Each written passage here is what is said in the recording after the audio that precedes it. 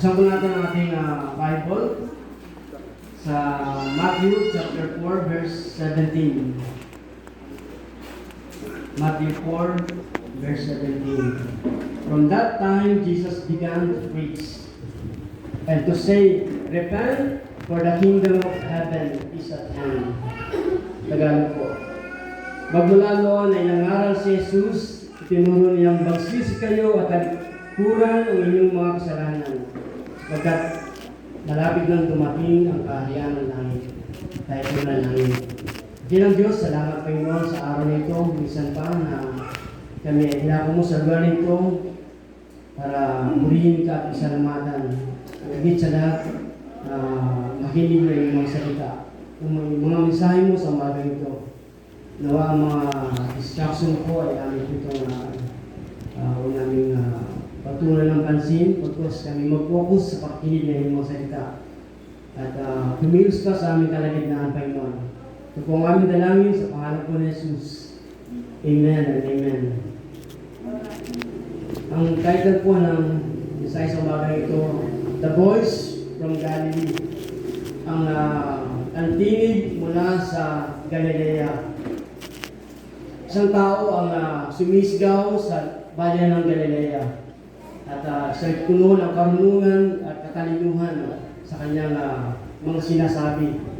Kaya ang mga tao ay pumupunta sa kanya, nakikinig sa kanyang mga sinasabi.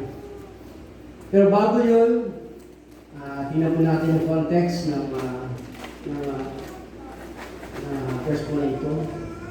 Dahil meron rin po isang voice from the wilderness bago pa ito.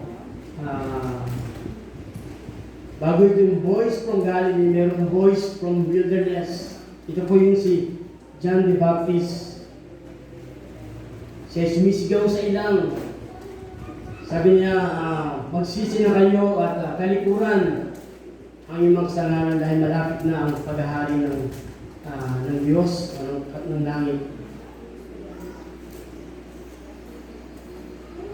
Sinabi po dun sa ating sa verse 12, Matthew 4:12. Nung malaman ni Jesus po na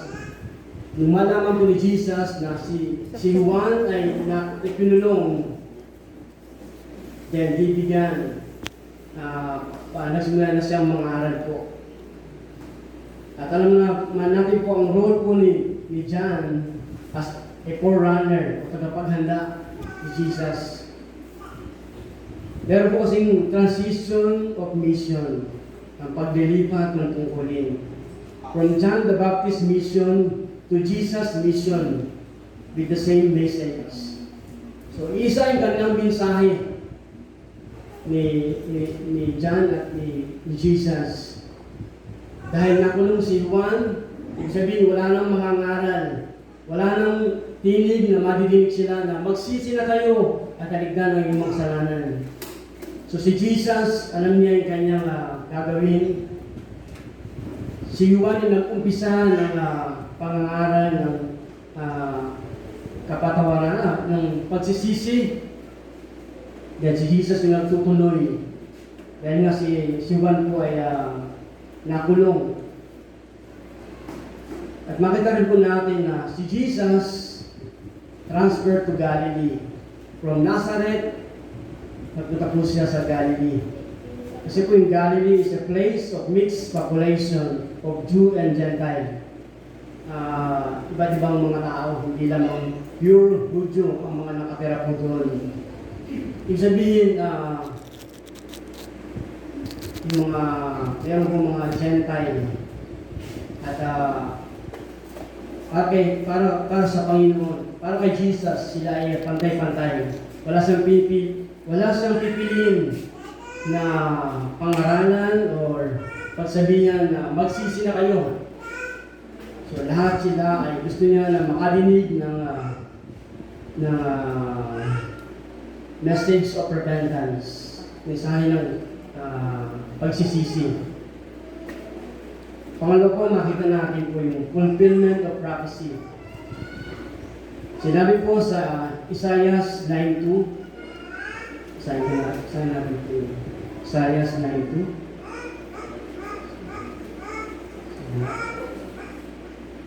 Isaiah 9:2, sabi po dito.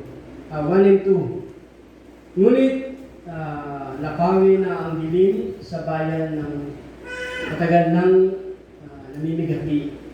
Noong mga nakarang araw, inilagay niya ang kahiyan sa lupain ng Sibulon at ang lupain ng Nephtali. Ngunit sa panahong darating, dadakilain niya ang lupain ito. Darating daan papunta sa lawa, sa ibayo ng Jordan, sa Galilea, ng mga hintil. Sabi po sa verse 2, nakita ng isang manimning na liwanag. Ang bayang matagal nang lumalakad sa kadiliman. Sumikat na ang liwanag sa mga taong naninirahan sa lupaing balot ng kadiliman. So ito po ay prophecy ni Isaiah. At ito po ay nagkaroon po ng katuparan si Jesus ay pumunta po doon sa Galilee. Nag-transfer siya. Kasi hindi siya pwedeng manatili sa Nazareth. Kaya pinili po niya yung Galilee. Pero yung ginawa pala niya ay fulfillment ng prophecy. Kasi po yung the promise of hope to the tribe of Zebulun and Naphtali, symbol of spiritual darkness, but now witness the great light of Christ. So, magkaroon po ng through the light of Jesus, yung bayan na yun puno ng kadiliman, walang kinikilala, na ginagawa lang nila kanilang mga gustong gawin, walang mga pag-asa, tinakwil sila. Pero through Jesus, nagkaroon po ng liwanag. Dahil nga, nandun si Jesus para mag-preach ng kaharian ng Diyos. Makita po natin yung light in darkness. Jesus' life as God's presence offers salvation for all. So, si Jesus, ang kaligtasan po in-offer niya para sa lahat. Wala siyang pinipili. Kahit ikaw ay Gentile or Hudyo, para sa lahat po yung kaligtasan. Then makita po natin na Messianic identity. Jesus, the long-awaited Messiah. So, hindi nila alam na si Jesus yung kanilang hinihintay na tagapagligtas, Messiah, na dumating na pala sa lugar nila. So, sabi niya, ako yung light of the world, ako yung liwanag ng mundo. So, nag-umpisa ito doon sa bayan ng Galilee. Hanggang sa mga karating na bayan po sunod.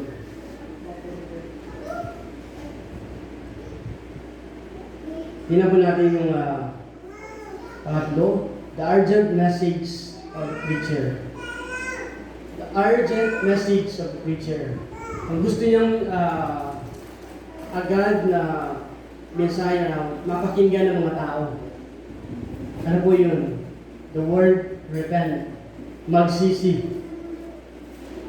Repentance is a call to turn from sin and focus our life toward God by inner transformation and outward action. Ang pagsisisi po ay paanyaya na kaligtaan ng kasalanan at ito ng buhay sa Diyos sa pamagitan ng panloob na pagbabago at panlabas na pagkilos. So, hindi lamang binabago yung loob mo, pati yung pagkilos mo panlabas. Kailangan na makita yung bunga, resulta na ikaw ay totoong nagbago o nagsisi sa iyong mga kasalanan. Sabi po dito, ngayon na ang tamang panahon para mag-desisyon na mag-repent or magsisi po. Repentance is a must. Kailangan po. Kasi lahat po tayo nagkakasala. Wala po dito na hindi nagkakasala. Ito po ay para sa lahat. Kahit ako, di po ba? Kasi lahat ng tao po ay nagkakasala. Repentance is a must.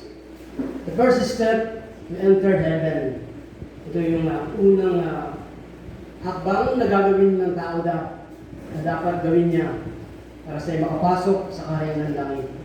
Repent now, enjoy later. Or enjoy now, repent later. Saan papa? Karamihan ng tao nag-i-enjoy ngayon. Saka na ako mag-repent. Bata pa naman ako. Wala pa akong panahon sa mga ganyang mga bagay na spiritual. Pag ganito yung ating kaisipan, tama yung kasabihan na nasa huli yung pagsisisi. Alam niyo po, in hell, they are full of regret. Sinasabi ko na, full of regret. Panghihinayang. Araw-gabi, sila po ay nanghihinayang. Dapat nagsisi ako noong mga araw na yun. Mayroong taong nangangaral na pagsisisi. Kumbaga, in hell, full of regrets. Nanghihinayang sila. Sana, nagbasa ako ng Bible. Malino pa naman ang mata ko bakit hindi ako nagbabasa ng Bible? Meron akong 24 hours. Di po ba? Binigyan tayo ng 24 hours ng Panginoon. Kahit ilang sandali, nakakalimutan po natin po. Hell is full of regret. Isang araw na ibigay ang Diyos para siya sambahin. Di po ba? Sabi rin kasi meron akong video na napanood po. Nang siya ay hinihinayang siya. Yung kung torture po, hindi po. Lord, gusto ko magpaligtas. Ayaw kong mapunta sa kapahamakan. Meron bang panahon, pagkakataon, binibigay ng Diyos para sa atin. Kaya nga sa John 3:16, napakalaga po yung salitang whosoever. Sa John 3:16, may word po doon na whosoever. Kung sino man, wala sa pinipili, kung sino man ang mananalig sa ating Panginoon Jesus, ay hindi po mapahanga, kundi magkaroon ng buhay na walang hanggan. Whosoever. Sino ka man, babae, lalaki, bata, matanda, hindi po ba? Kasi yun ay para sa lahat. Wala siyang pinipili. So ang tanong po ay, gusto po ba natin magsisi? Or kailan ka huli nagsisi at lumapit sa Panginoon? Humingi ng tawad. Pero kung kwento sa Bible na yung isang Pariseo at saka isang publikano nanalangin po ba? Nanalangin yung Pariseo. Salamat, Ama, dahil hindi ako katulad ng mga magnanakaw, ng mga tao ito. Salamat sa mga pagpapala na ibinibigay mo sa akin. Pero yung maniningil ng buwis, yung publikano, siya po ay nakapungo at dadabukan niya ang kanyang dibdib. Sabi niya, Lord, kabanggan niyo po ako na isang makasalanan. So, ang kinalugdan ng Diyos, yung taong humihingi ng patawad, nagsisisi sa kanyang kasalanan. Nagpapakumbaba.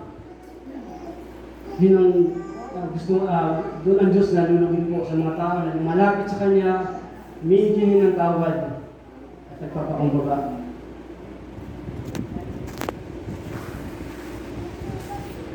Sa tatlong bagay po na makita natin dito, hope in darkness. Sa kabila ng kahiliman, meron pong liwanag, merong Jesus na dumating para ipangaral ang salvation, gospel of salvation. Salamat po sa buhay ni Jesus. Kumaga, na nalaman natin ang mga bagay po nito at nakarating po sa ating panahon na mahalaga pala na tayo po ay magsisi sa ating mga kasalanan. Huwag po natin baliwalain. Ito yung inuna ni Jesus na dapat maunawaan ng tao, yung repentance. Pangalawa, repentance as renewal. Sabi, Jesus follower are called to continue to align our life to God's will by seeking first His kingdom, transformation, para magawa ng pagbabago. Gagamitin ko ang simbahan nito, mga simbahan sa pagbabago ng mga tao. To share hope to all people. Siyempre nating sisiran. Tatlo po yung ating sisiran. Meron po tayong tatlo na target. Number 1, the least. Ano ba yung least? Yung mga outcasts, mga nasa preso, yung mga may sakit, yung mga tatlo, yung lost, mga naliligaw. So ito po yung ating mission ng church. So, sana mag-join po tayo sa ating mission of transformation to share the gospel of Christ. At pagsigawan po natin, huwag po tayong mahiya. It is the message of Jesus Christ that lahat po ay mag-repent, do our part, do your part. Kahit isang verse lang po ang sabihin mo sa iyong kakilala, kaibigan, then ang Banal na Spirit po ang kikilos doon po. Church mission of transformation, to share hope to all people, to the least, to the low, and to the lost. So, the message, the voice from Galilee is the same today. Pareho rin po yung mensahe. To preach repentance dahil malapit na ang paghahari ng Diyos. Ginamit po yung salitang kaharian, kingdom of heaven, instead of kingdom of God. Kasi yung God, parang ayaw po nila yung sacred po yung word na God. So, si Matthew pinili niya yung the kingdom of heaven. Repent, for the kingdom of heaven is at hand.